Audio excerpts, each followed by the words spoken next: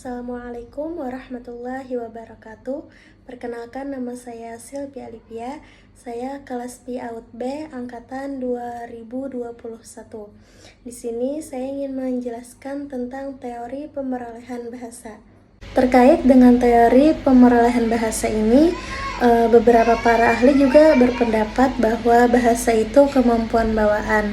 Sedangkan ada juga para ahli yang lain tuh juga berpendapat bahwa ada pengaruh faktornya, baik eksternal maupun internal. Baik, teori pemerolehan bahasa tersebut yaitu dengan teori barat. Teori barat tersebut yaitu yang pertama ada teori behaviorisme, yang kedua ada teori nativisme, yang ketiga ada teori kognitivisme, yang keempat ada teori interaksionisme, yang kelima ada teori maturasionisme, yang keenam ada teori psikososiolinguistik. Baik, selanjutnya di sini ada teori yang pertama yaitu behaviorisme. Teori behaviorisme ini meyakini bahwa tindak balasan atau respon segala sesuatu itu bisa terjadi jika hanya ada rangsangan atau stimulus. Dalam bahasa yang sederhana, ada reaksi karena ada aksi, ada akibat karena ada sebab, ada asap karena ada api. Jadi teori ini lebih menekankan pada kebiasaan. Jadi kesimpulannya di teori behaviorisme ini pemerolehan bahasa anak itu dari adanya pengajaran dari lingkungan sekitarnya. Pengajaran dari keluarganya di rumah atau orang-orang sekitar rumahnya. Selanjutnya kita lanjutkan dengan teori yang kedua. Teori yang kedua ini teori nativisme. Teori ini dianut oleh Chomsky, di mana ia berpendapat bahwa hanya manusia saja yang bisa menguasai bahasa verbal. Teori nativisme ini berdasarkan pada 3 asumsi.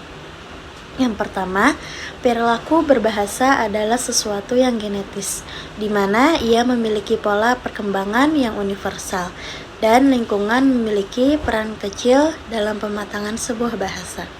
Yang kedua, orang bisa menguasai bahasa itu dengan waktu yang relatif singkat.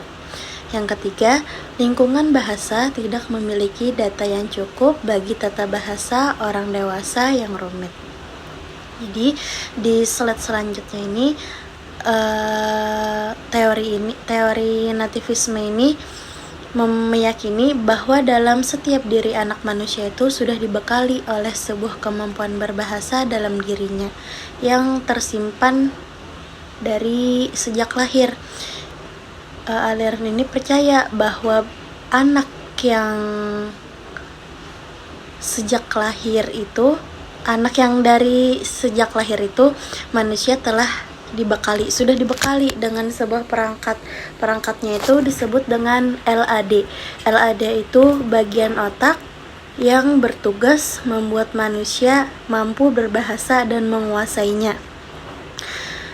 Jadi teori ini menegaskan lagi bahwa tanpa perangkat yang disebut LAD tadi, anak itu tidak mungkin bisa memiliki kemampuan berbahasa dalam waktu cepat dan bisa menggunakannya dengan sistem bahasa dan sistem bunyi yang rumit. Jadi teori nativisme ini pemerolehan bahasa anak itu sudah memang dari sejak lahir, dari bawaan sejak lahir yang dibekali oleh perangkat LAD tadi. Kita lanjut lagi dengan teori yang ketiga. Teori yang ketiga ini yaitu teori kognitivisme. Menurut teori kognitivisme ini, hal yang paling utama harus dicapai itu pengembangan kognitif. Kalaunya perkembangan kognitif tadi sudah tercapai, barulah keluar yang namanya pengetahuan dalam bentuk keterampilan berbahasa. Di sini ada beberapa para pendapat tentang teori kognitivisme ini.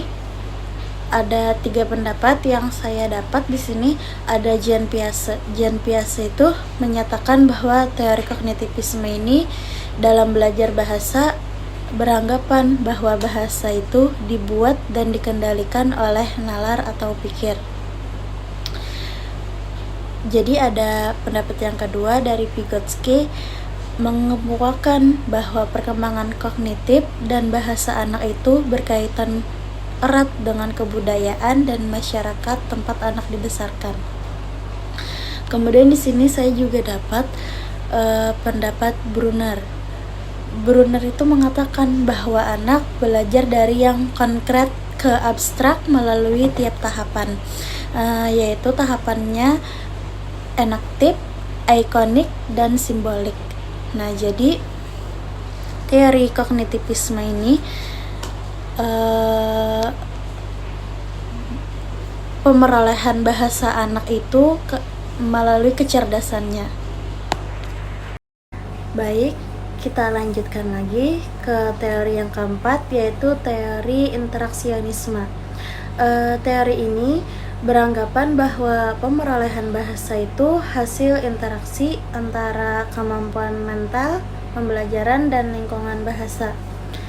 Di sini ada salah satu pendapat di teori interaksionisme ini, pendapat Howard Gardner. Beliau mengatakan bahwa anak itu sejak lahir sudah memiliki kecerdasan jamak. Kecerdasan jamaknya itu salah satunya kecerdasan bahasa.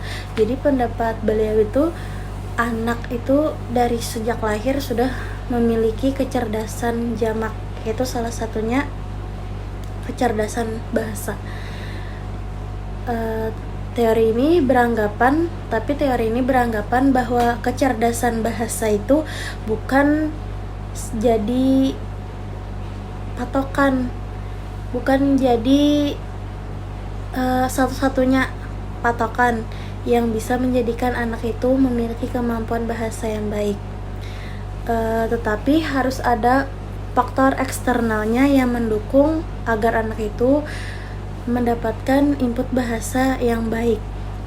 Jadi teori interaksionisme ini, anak-anak itu memperoleh bahasa karena berinteraksi dengan orang lain, dan sudah dikatakan tadi memang ada bawaan dari sejak lahir juga, yaitu faktor pendukung seperti lingkungan keluarga. Kemudian kita lanjut lagi dengan teori yang kelima. Teori yang kelima ini ada teori maturasionisme.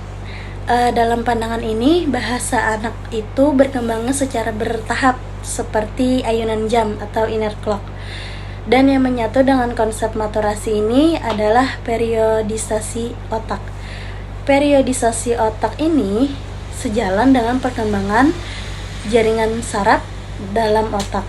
Oleh karena itu, pandangan teori maturasionisme ini menyatakan bahwa perkembangan bahasa anak itu tidak hanya dipengaruhi oleh perkembangan neurologinya, tetapi juga perkembangan biologisnya ini cukup beralasan. Ya, alasannya kenapa?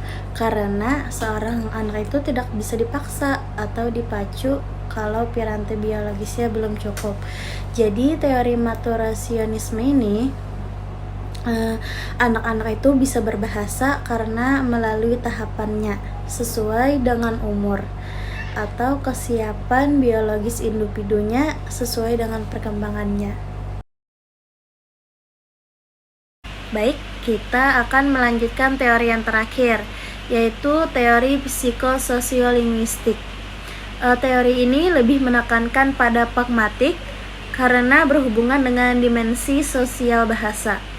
Dengan demikian, anak akan mampu dan lancar berbicara itu melalui keterampilan bicaranya, karena terjadi proses interaksi dalam konteks sosial yang nyata. Di sini saya dapat satu pendapat lain, yaitu teori pemerolehan bahasa dari teori belajar sosial yang dikemukakan oleh Bandura dalam Dvoretsky tahun 1990. Teori tersebut menekankan adanya situasi sosial dalam proses belajar.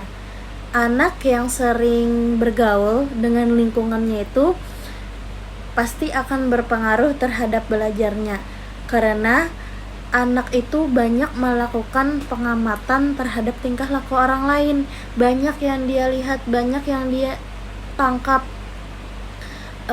Jadi orang lain yang diamati, dipandang tadi, pasti itu akan menjadi model bagi anak tadi, kemudian pasti ditirunya. Jadi teori psikososiolingwistik ini, anak-anak itu akan berkembang bahasanya dengan berinteraksi atau bersosialisasi dengan orang sekitar.